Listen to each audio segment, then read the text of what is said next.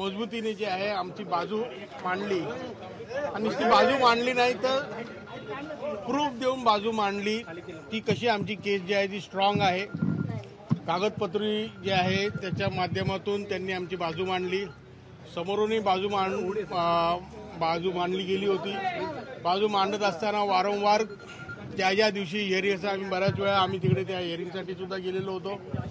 हिअरिंगवरून खाली आल्याच्या नंतर समोरच्या बाजूने जे आहे दर टायमाला काही ना काही कारण घेऊन जे आहे हिअरिंग पुढे कशी लांबली जाईल ह्याचा प्रयत्न केला गेला।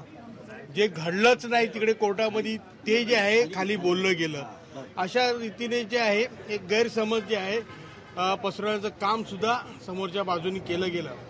परंतु न्यायाची बाजू आमची असल्या कारणाने आज इलेक्शन कमिशनने जो निर्णय दिलेला आहे संविधानाच्या साक्षीला बरोबर राहून त्यांनी हा निर्णय दिला, त्याचा आम्हाला सर्वस्वी आनंद आहे। आम्ही स्वागत करतो या निर्णयाचं।